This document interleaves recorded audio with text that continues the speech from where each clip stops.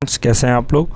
तो फ्रेंड्स आज आपका क्लास ईवीएस का स्टार्ट होने वाला है, जिसमें से कि मैंने 2 चैप्टर इससे पहले कंप्लीट करा दिया है। और बीपीएससी टीआरई 4 में आपको पता होना चाहिए कि ईवीएस से कम 7 से 8 प्रश्न आपको देखने को मिलेगा। अगर आप प्राइमरी का तैयारी कर रहे हैं यानी 1 to 5 का, तो आपको ईवीएस ज़रूर पढ़ना है, क्योंकि ईवीएस में आप लोगों को 7 से 8 प्रश्न एग्ज़ाम में ज़रूर देखने को मिलेगा। 6 to 8 का जो तैयारी कर रहे हैं उनको भी ईवीएस से प्रश्न ज़रूर रहता है एग्ज़ाम में। 9th 10th 11th 12th अगर आपका जनरल पेपर 40 नंबर का जो आएगा उसमें भी आपको ईवीएस का प्रश्न ज़रूर देखने को मिलेगा। और यह जो क्लास है फ्रेंड्स, ये एनसीईआरटी बेस्ड क्लास है। आपको यह याद रखना है कि जितने भी मैं क्लास अभी तक चैनल पे करवा रहा हूँ सभी एनसीईआरटी को ही फॉलो कर रहा हूँ मैं। ये भी एनसीईआरटी का ही प्रश्न है और यहीं से आपको एग्ज़ाम में देखने को प्रश्न मिलेगा। आज अगर आप ये क्लास अच्छे से कर लेते हैं तो मैं आपको यकीन दिलाता हूँ इस चैप्टर से अगर प्रश्न आपको एग्ज़ाम में पूछा गया तो 1 से 2 प्रश्न इसी चैप्टर से रहेगा और यही क्लास से आपको एग्ज़ाम में प्रश्न देखने को मिलेगा। इस बात का आप ध्यान रखिएगा, क्योंकि मैं सभी इंपॉर्टेंट प्रश्न को ही ले रहा हूँ ताकि आपका एग्ज़ाम में एक भी प्रश्न नहीं छूटे।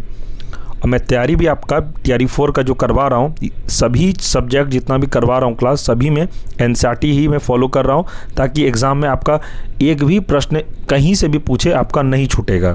तो फ्रेंड्स वीडियो के अंत तक आप लोग ज़रूर बने रहें। अगर आप वीडियो को स्किप करते हैं तो आपको समझ में नहीं आएगा। और फ्रेंड्स जो चैनल पर नए हैं चैनल को सब्सक्राइब कर दें और वीडियो को लाइक अवश्य कर लें ताकि आपको जब भी इस चैनल पर क्लास हो टीआरई 4 का आपको नोटिफिकेशन मिलता रहे। तो चलिए शुरू करते हैं। चैप्टर होगा हमारा आज का जैव विविधता। पहला प्रश्न है, जैव विविधता का क्या अर्थ है? तो जैव विविधता का क्या अर्थ है? एक निर्धारित क्षेत्र में विभिन्न प्रकार के पादप एवं जंतुओं की उपस्थिति। नेक्स्ट है, सर्वप्रथम जैव विविधता शब्द का प्रयोग किसने किया था? तो वाल्टर सी रोसेन ने किया था। इसे भी आप याद रखिएगा। आगे है, किस भौगोलिक क्षेत्र को जैव विविधता का भंडार कहा जाता है? तो उष्णकटिबंधीय वर्षा वनों को कहा जाता है। इसे भी आप ध्यान रखिएगा। नेक्स्ट पॉइंट है, वन्य जीव अभ्यारण्य जैव मंडल आरक्षित क्षेत्र राष्ट्रीय उद्यान आदि की स्थापना जैव विविधता को संरक्षित करने के लिए की जाती है। इसे आप याद रखिएगा। नेक्स्ट है, संयुक्त राष्ट्र संघ द्वारा दशक 2011-2020 को किस रूप में घोषित किया गया है? तो जैव विविधता दशक के रूप में घोषित किया गया। इसे आप याद रखिएगा। आगे है, हॉटस्पॉट शब्द का सर्वप्रथम प्रयोग किसने किया? तो ये सब सर्वप्रथम किसने प्रयोग किया था? तो नॉर्मन मायर्स ने वर्ष 1988 में इसका प्रयोग किया था।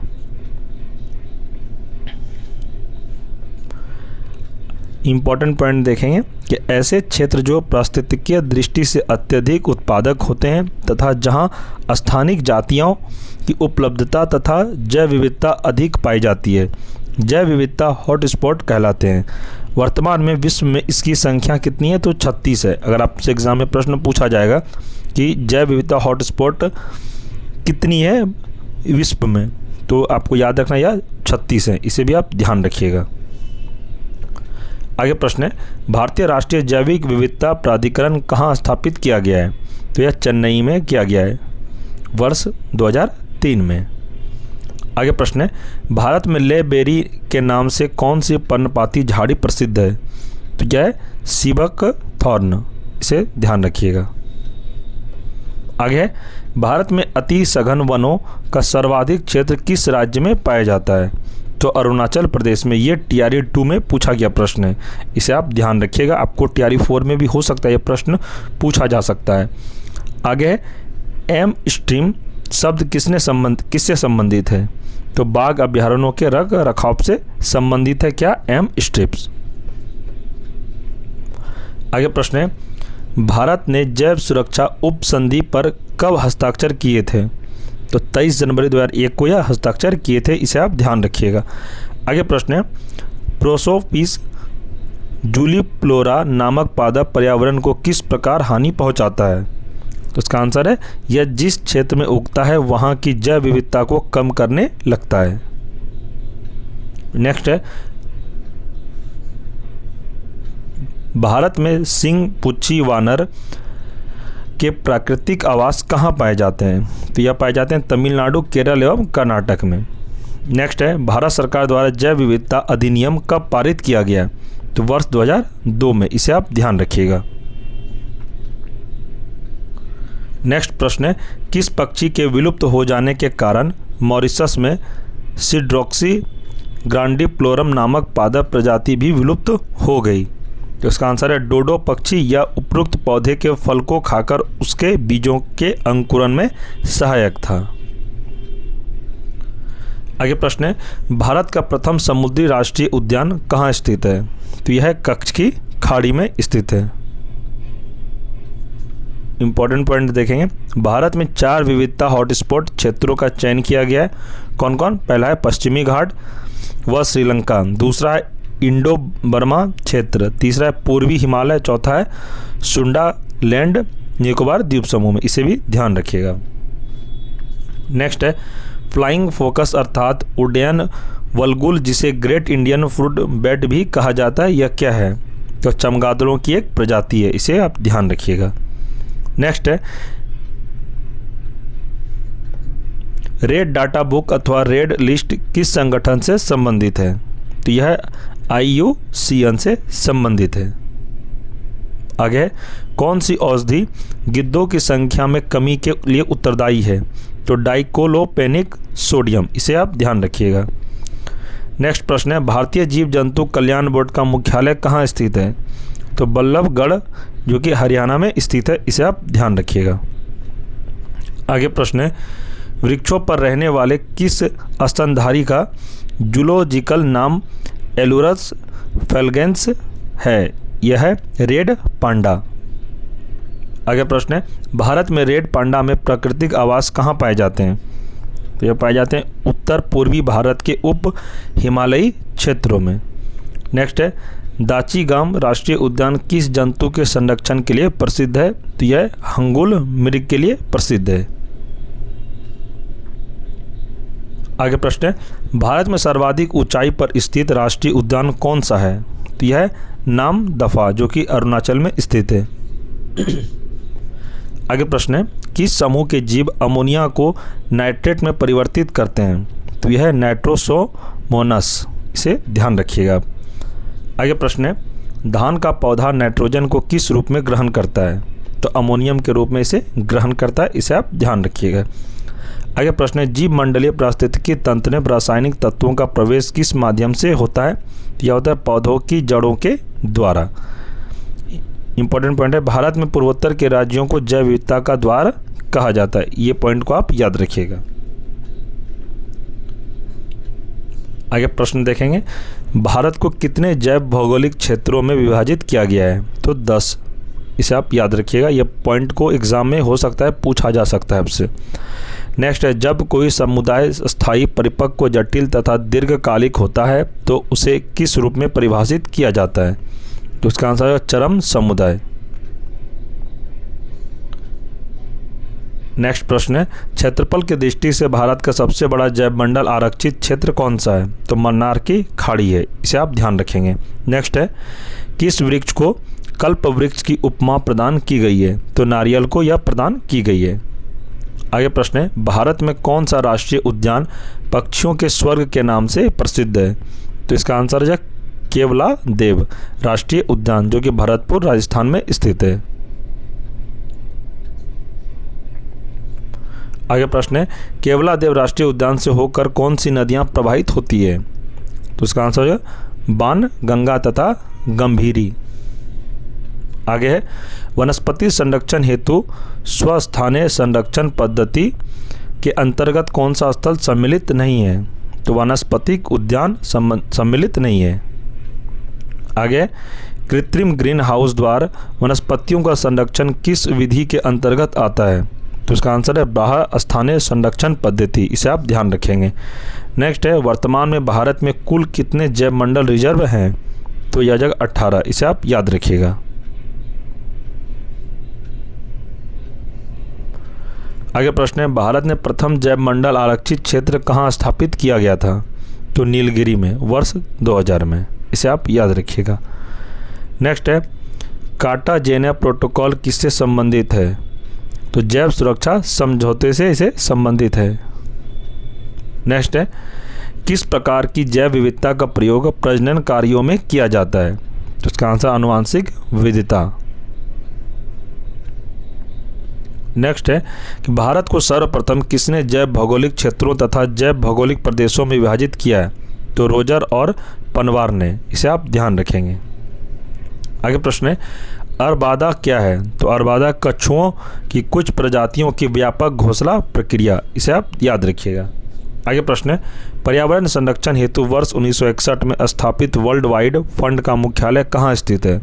तो ओस्लो, नॉर्वे में यह स्थित है। नेक्स्ट है, किस राज्य में सर्वाधिक संख्या में राष्ट्रीय पार्क स्थित है? तो यह मध्य प्रदेश में स्थित है। इसे आप ध्यान रखेंगे। आगे प्रश्न है, जैव सुरक्षा का कार्टाजेना प्रोटोकॉल किस केंद्रीय मंत्रालय द्वारा क्रियान्वित किया जाता है? तो यह हो जाएगा पर्यावरण एवं वन मंत्रालय के द्वारा। आगे है, भारत का प्रथम national centre for marine biodiversity किस शहर में स्थित है? तो यह हो जाएगा जामनगर, जो कि गुजरात में स्थित है। आगे है, उड़ने वाली छिपकली जिसे डेक्रो कहा जाता है वह भारत में कहाँ पाई जाती है? तो पश्चिमी घाट के वनों में यह पाई जाती है। इस प्रश्न को भी आप याद रखेंगे।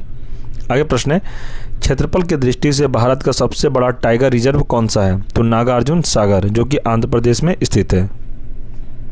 नेक्स्ट है, जिम कॉर्बेट उत्तराखंड 1936 में स्थापित भारत का प्रथम राष्ट्रीय उद्यान व प्रोजेक्ट टाइगर के अंतर्गत अधिसूचित प्रथम टाइगर रिजर्व है। पहले इसका नाम हेली राष्ट्रीय उद्यान था। इसे आप याद रखेंगे। आगे प्रश्न है, विश्व का कौन सा द्वीप केवल पक्षियों के लिए आरक्षित है? तो इसका आंसर है कजिन द्वीप, सेशेल्स। आगे है, भारत में पक्षियों का प्रथम वनारण्य कहाँ स्थापित किया गया था? तो जगह वेदांतंगल, जो कि तमिलनाडु में है। आगे प्रश्न है, भारत का प्रसिद्ध नीलगिरी जीव मंडल आरक्षित क्षेत्र कितने राज्यों में विस्तृत है? 3 राज्यों में, कर्नाटक, तमिलनाडु व केरल में। आगे प्रश्न है, कान्हा राष्ट्रीय उद्यान किस जंतु के संरक्षण के लिए प्रसिद्ध है? तो बारहसिंगा के लिए। इसे आप याद रखेंगे। नेक्स्ट प्रश्न है, भारत का प्रसिद्ध फूलों की घाटी वाला राष्ट्रीय उद्यान क्षेत्र किन पर्वतारोही ने खोजा था? तो यह जगह फ्रैंक स्माइथ और होल्डर्सवर्थ ने इसे खोजा था। नेक्स्ट है, किसे गंगा के टाइगर की उपमा दी जाती है? तो डॉल्फिन को गंगा की उपमा दी जाती है। आगे पढ़ेंगे हम लोग पक्षी अभ्यारण्य। कौन सा पक्षी अभ्यारण्य किस राज्य में, किस स्थान पर? पहला है घना पक्षी विहार, जो कि भरतपुर में, ये राजस्थान राज्य में स्थित है। नेक्स्ट है रंगन थिट्टू पक्षी विहार, यह मांड्या कर्नाटक में। नेक्स्ट है वेदाथंगल पक्षी विहार, यह कांचीपुरम तमिलनाडु में। आगे नीलापट्टू पक्षी विहार नेल्लोर आंध्र प्रदेश में है। आगे सुल्तानपुर पक्षी विहार गुरुग्राम, जो कि हरियाणा में स्थित है। आगे प्रश्न है, सलीम अली पक्षी विहार चेराओ मांडवी नदी के पास गोवा में स्थित है। आगे कैंडिनिया पक्षी विहार, ये चित्तूर आंध्र प्रदेश में स्थित है। नेक्स्ट है चिल्का झील पक्षी विहार पुरी के पास, जो कि उड़ीसा में स्थित है। आगे कोमाराकाम पक्षी विहार या बेबंदनाद पक्षी विहार कहाँ है? तो कोट्टायाम, जो कि केरल में स्थित है। तो फ्रेंड्स, यह चैप्टर आज हमारा कंप्लीट हुआ और मैं आपको यकीन दिलाता हूँ यही चैप्टर से आपको एग्जाम में प्रश्न को पूछा जाएगा। अगर जैव विविधता से रिलेटेड प्रश्न एग्जाम में आया तो मैं आपको यकीन दिलाता हूँ इस क्लास से ही आपको प्रश्न जरूर देखने को मिलेगा, क्योंकि ये जितने भी मैंने अभी प्रश्न करवाया आपको, ये सभी प्रश्न आपके TRE 4 के लिए इम्पॉर्टेंट है और इस सभी में इम्पॉर्टेंट प्रश्न को ही आपको करवाया, जो कि TRE 4 में बार बार पूछा जाएगा। अभी तक BPSC में यहीं से ज़्यादातर प्रश्न को पूछा गया है।